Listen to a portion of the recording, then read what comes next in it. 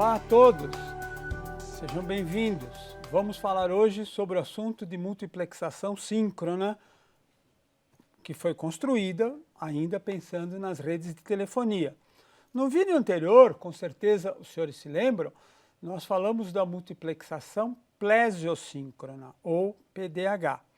O PDH funcionou durante muito tempo, ainda hoje é utilizado, não dá para dizer que já não é mais usado, mas durante a década de 80, os começos da década de 90, foi sendo gradualmente substituído pela multiplexação síncrona por uma série de vantagens que nós vamos apresentar, principalmente pela possibilidade de aumento da taxa de transmissão. A digitalização foi progredindo e começou a haver um fenômeno interessante. Além de se transmitir voz nessas redes, começou a ser cada vez mais importante o tráfego de dados. Até o final da década de 80, o início dos anos 90, a grande maioria do tráfego que você tinha nas redes digitais era tráfego de voz. A partir dessa época, o tráfego digital foi crescendo cada vez mais rápido. Hoje em dia, nós temos mais tráfego de dados do que tráfego de voz. O assunto voz deixou de ser a prioridade aí das operadoras, que dão hoje muito mais atenção ao assunto dados. Obviamente, o ser humano não ficou falando mais. Se aumentou o tráfego de voz é simplesmente porque tem mais gente no mundo, mas é um crescimento vegetativo. O tráfego de dados não. Até 30 anos atrás, praticamente ninguém usava dados. Hoje em dia, todo mundo usa uma grande quantidade de dados.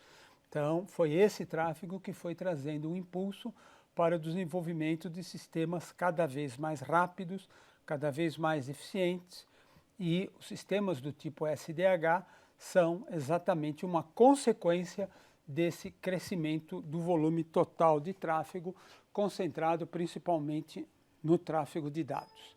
Só recordando o final da nossa aula, nós tínhamos comentado sobre a hierarquia digital plesiosíncrona.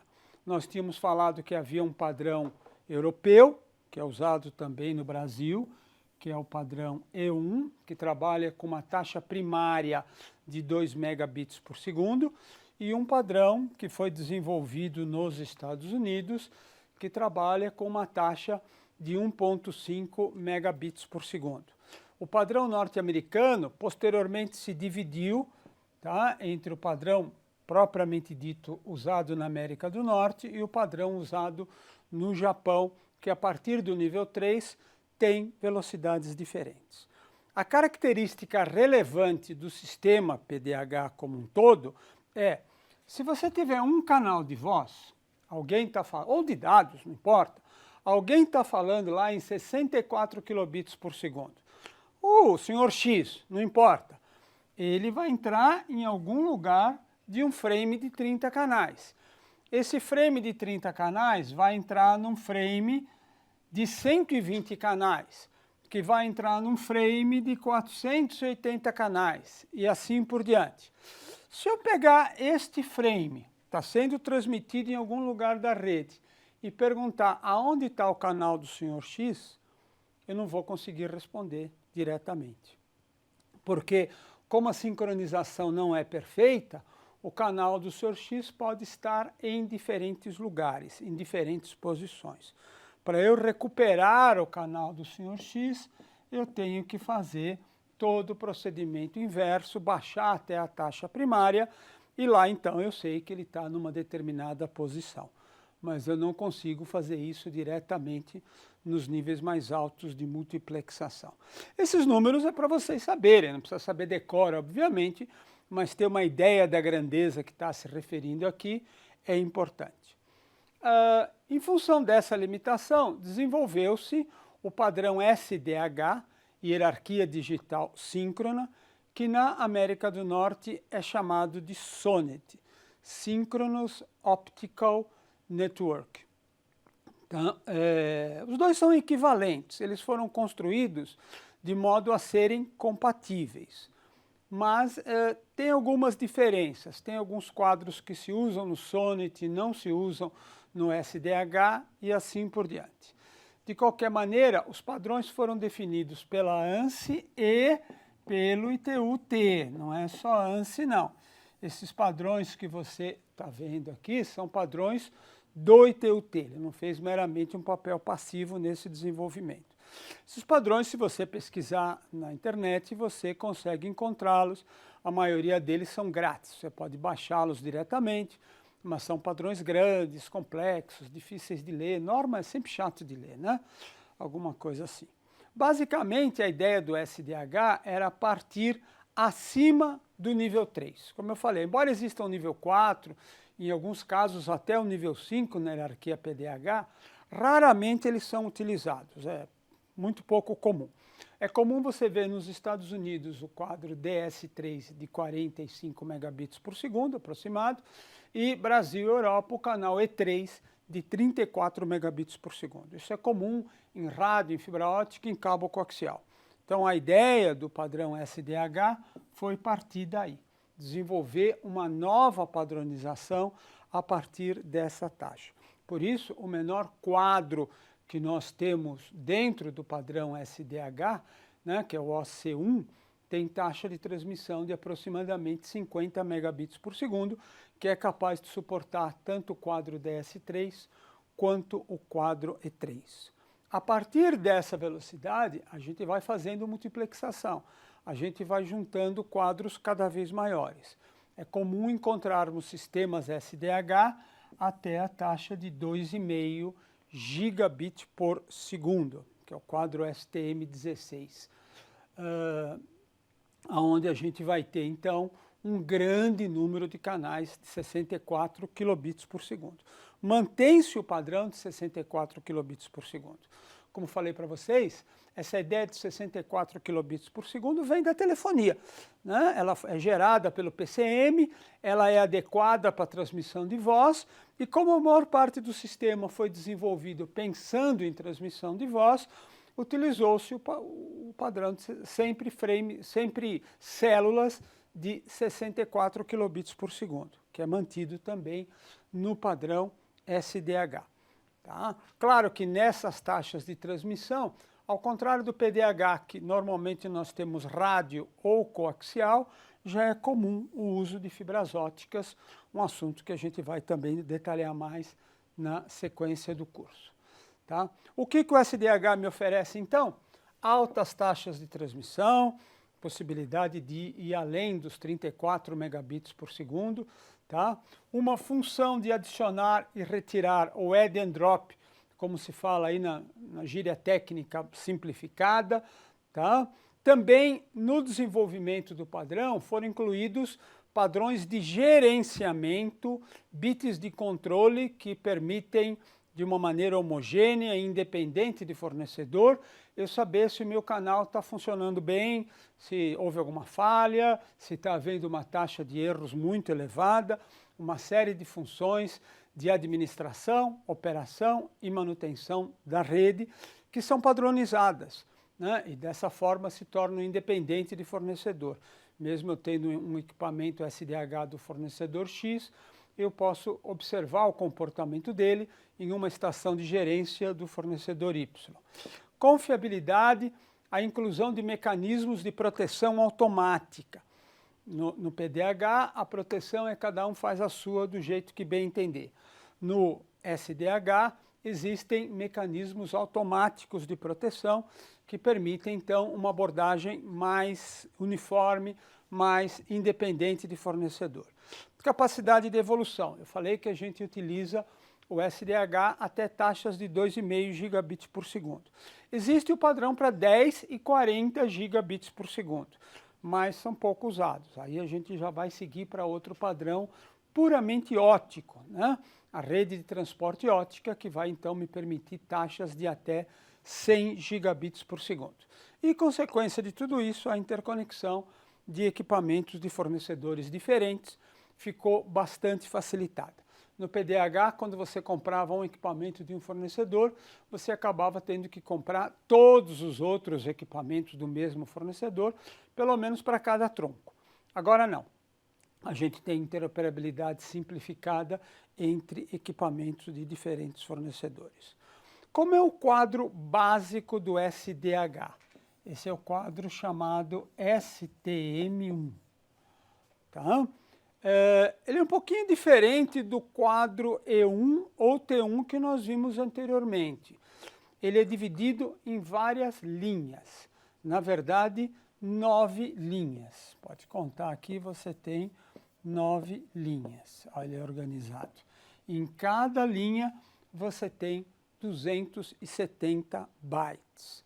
Tá? Em cada uma das linhas, os 9 primeiros bytes são para funções de controle. Então, você tem um primeiro byte de frame. Esses outros não são vazios, não. São usados para funções de gerência, para funções de OM, para funções de proteção. Uma série de outras informações também são transmitidas nesse cabeçalho. E eu ainda tenho uma função chamada de ponteiros. Essa função de ponteiros me permite indicar aonde que os meus subquadros estão contidos dentro do quadro principal. Então, se eu tiver um canal E1, por exemplo, dentro do frame STM1, um ponteiro vai me indicar exatamente aonde ele começa, em que byte ele inicia. Dessa maneira é que a gente consegue localizar um canal em particular dentro de todo o conjunto. O ponteiro compensa diferenças de frequência, diferenças de clock. Mesmo tendo um sistema sincronizado, no SDH existe uma estação central que distribui o clock para todas as outras. Essa estação central, ou ela tem um relógio muito caro, à base de césio, tá? Ou então ela recebe esse sinal de uma estação de satélite. Mas o que importa é que ela tem uma precisão muito grande, da ordem de 20 partes por milhão. Se você fizer as contas, 270 bytes vezes 9, vezes 8 bits em cada byte, com uma taxa de repetição de 125 microsegundos, isso não pode mudar nunca, tá? Porque senão eu não tenho 64 kilobits por segundo em cada canal. Tenho que manter a taxa de repetição de 125 micros por segundo. Isso dá uma taxa de 155.520 megabits por segundo, tá? Que é a taxa do quadro STM1. Se você juntar 4 quadros desses, então você pega um byte do primeiro, um byte do segundo, um byte do terceiro, um byte do quarto. Depois um do primeiro, um do segundo, terceiro e do quarto. Mantendo a taxa de 125 microsegundos, você vai chegar ao quadro STM4, com taxa de transmissão de 622 megabits por segundo. Realizando esse processo novamente, você vai chegar ao quadro STM16, com taxa de transmissão de 2,5 gigabits por segundo. E assim por diante. O próximo passo é 10, que é vezes 4 de novo. O próximo passo é 40, que é vezes 4 de novo. Tá? Isso gera diferentes taxas de transmissão. Essa é a taxa básica, 155 megabits por segundo. O padrão norte-americano contém uma taxa menor, tá? Quando é usado o sistema SONET, chamada de STM0, aproximadamente 1/3 daquela taxa global. Algumas delas são pouco utilizadas, então você vai ver aqui que não existe um sinal equivalente, por exemplo, para essa taxa OC9. Tá? Depois nós temos a taxa OC12 ou STM4 de 622 megabits por segundo. Esta também é bastante usada, que é o STM16 em 2,5 gigabits por segundo. São as taxas mais usadas. Aquelas outras, nem todas, tá? Essa aqui tem um asterisco, mas é injusto, não devia tirar o asterisco daqui. Ficou errado. As outras que têm asterisco são taxas menos usadas aí com menos frequência. O processo de montar um quadro STM é complexo, porque a gente precisa manter ponteiros para todos os frames que ele contém, para todos os containers. Então, nós pegamos as nossas informações em PDH e colocamos em containers, são chamados exatamente assim. Existem vários tipos de container dependendo das velocidades que eles são capazes de transmitir. Então eu tenho o container 11, que é para o padrão norte-americano de 1,5 megabit por segundo, o container 12, que é o padrão norte-americano, europeu, de 2 megabits por segundo, o container 2 para 6 megabits por segundo, o container 3 para 34 ou 44 megabits por segundo e assim por diante. E eles vão sendo juntados em outros containers até gerar o frame STM0. O processo é complexo, teria que se discutir bastante aí se nós quiséssemos ver todos os detalhes. Mas o VC é o Virtual Container, TU unidade tributária, TUG grupo de unidade tributária e assim por diante. Esses são os esquemas de multiplexação que são permitidos. O SDH incorpora esquemas de proteção. Então nós temos proteção linear, onde nós temos vários troncos funcionando. Se um deles falha, se eu tenho um problema em algum deles, eu tenho uma linha de proteção de reserva e ocorre uma comutação automática para essa linha de proteção de reserva. É muito comum também utilizar-se proteção chamada em anel. Aqui no caso eu tenho um anel unidirecional, né? Veja que eu tenho um tráfego que está nesse anel girando nesse sentido, né? Fazendo transmissão nesse sentido, tá? E se por acaso ele cair um pedaço do anel aqui, então eu tenho um outro caminho, eu posso levar a minha mensagem que eu estava levando por aqui, eu passo a transmitir pelo outro caminho, pela outra possibilidade que eu tenho na rede em anel. Nesse esquema, as fibras não mudam de sentido de transmissão. E aqui eu tenho um anel bidirecional. Então, nesse caso, os canais, fibras, coaxial, o que quer que seja, pode transmitir nos dois sentidos. Então, eu estava fazendo uma transmissão daqui para cá, outra daqui para cá, houve uma falha aqui, eu passo a transmitir por esse caminho aqui. Observe que esse pedaço mudou o sentido de propagação dele, né? Está trabalhando agora num sentido diferente. Por isso que eu tenho um anel bidirecional. Em certo momento, se pensou em, bom, isso é uma alta capacidade de transmissão, o tráfego de dados está crescendo cada vez mais, como nós vamos utilizar esse meio para transmitir dados? Uma ideia que surgiu no final da década de 90 foi um padrão chamado ATM, ou modo de transferência síncrono. A ideia era colocar os dados em pequenas células, em pacotes pequenos de 53 bytes. Tá? E desses 53, 5 seriam de cabeçalho e 48 seriam a taxa de dados do usuário. E mapear a célula ATM dentro do frame SDH, transmiti-la dentro do frame SDH. Esse padrão teve um relativo sucesso. Aí no final da década de 90, começo dos anos 2000, a época da bolha das telecomunicações, se falava muito dele e vários sistemas foram implementados com essa tecnologia. A grande dificuldade que ele teve é que, em geral, em transmissão de dados, nós usamos um pacote maior. É comum você ver pacote de 1000 bytes, 1500 bytes. Aí você tem que pegar esse pacote e quebrá-lo em células de 48 bytes, é um processo ineficiente. Em cada 48 bytes você tem que acrescentar 5 de cabeçalho. É um processo custoso, demorado em termos de processamento. E isso acabou fazendo com que o ATM fosse abandonado. Vocês veem aqui na figurinha que você tem aqui, o formato ainda da célula ATM. Seria preciso um outro curso para discutir tudo isso, mas é bom vocês saberem que existiu. Finalmente, o padrão convergiu para a transmissão de pacotes diretamente sobre a rede SDH. Isso pode ser feito de diferentes maneiras. A solução de ATM eu já comentei, que é dividir o pacote em pequenas células.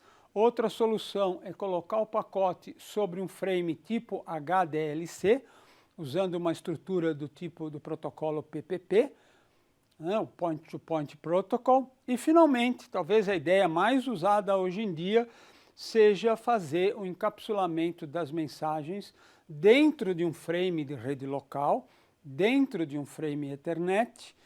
O frame Ethernet tem uma característica de não ser muito síncrono, mas aí nós usamos um procedimento de adaptação chamado GFP, que mapeia os pacotes Ethernet sobre a rede SONET.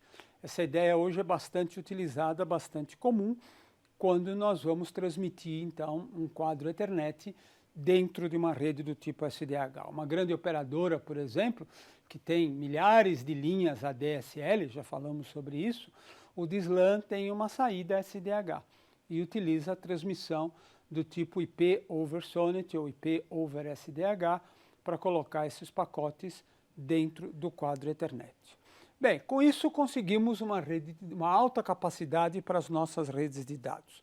Conseguimos ter um meio com taxas de gigabit por segundo, que é capaz de transmitir tanto voz quanto dados. Vamos ver na sequência do curso como essas tecnologias ainda estão evoluindo. Por favor, leiam o material de apoio, tem muito mais informação interessante, façam as atividades, tem uma atividade bastante interessante aqui junto desta aula, que vocês vão aprender mais sobre esse assunto, tá bom? Muito obrigado e até logo a todos.